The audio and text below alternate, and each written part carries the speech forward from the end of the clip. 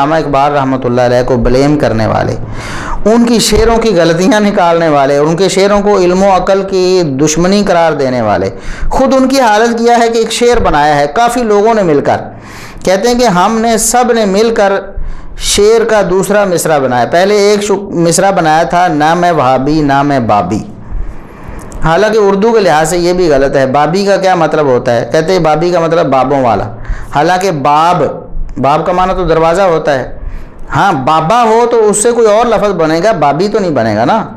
بابا ہو اگر یا بابوں ہو تو بابوں والا، اس کے لیے کوئی اور لفظ بولا جائے گا نا، بابی تو اردو میں نہیں بولا جائے گا نا۔ بابی کا مطلب تو باب والا، جس طرح لاہوری ہے لاہور والا، پاکستانی ہے پاکستان والا، تو بابی باب والا، دروازے والا اس کا معنی بنے گا۔ بہرحال چلو اس کو بھی چھوڑ دیتے ہیں۔ اگلا مصرع جو سب لوگوں نے مل کر بنایا وہ ہے میں ہوں مسلم علم و کتابی۔ سب کا مل ملا کے نا اس کا دوسرا مصرع بھی ہم نے ڈیوائز کر لیا ہے، نہ میں وہابی نہ میں بابی، میں ہوں مسلم علم و کتابی۔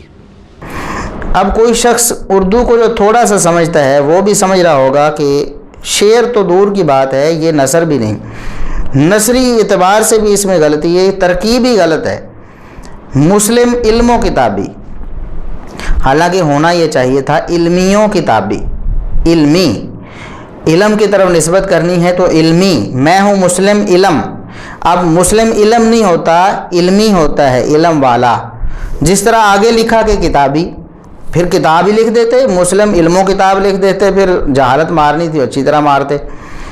تو مسلم علم و کتابی، جس طرح آپ اپنی مجلس کا نام رکھتے ہیں نا علمیوں تحقیقی، علم و تحقیقی نہیں نام رکھتے، علمیوں تحقیقی نام رکھتے ہیں نا، علمی اور تحقیقی۔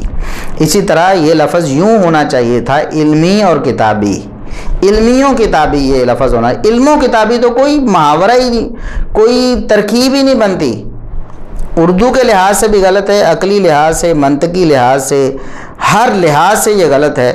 تو بتانا یہ مقصد تھا۔ ویسے آپ نے شعر میں جہالت مار دی تھی، بہت سے لوگ مار سکتے ہیں، ہم بھی کوئی لفظ غلط بول سکتے ہیں، ہم بھی کوئی شعر غلط پڑھ سکتے ہیں، لیکن جو شخص علامہ اقبال رحمۃ اللہ علیہ کے اشعار کو علم و عقل کا دشمن کہہ رہا ہو کہ یہ علم و عقل کی دشمنی پر مبنی یہ شعر ہیں، اس کو اپنی عقل ہے، اس کو بھی تو سلامت رکھنا چاہیے نا۔ اس کو شعر بناتے ہوئے اتنا بھی پتہ نہیں چلا کہ یہ شعر کیا بنا رہا ہے، شعر تو کجا اردو ترکیبیں ہی غلط ہیں۔ تو بتانے کا مقصد یہ ہے کہ علامہ اقبال رحمۃ اللہ علیہ پر جو لوگ طعن کرتے ہیں انہیں خود اتنا نہیں پتہ کہ ہمارے سر سے کیا نکل رہا ہے اور ہم کیا بول رہے ہیں۔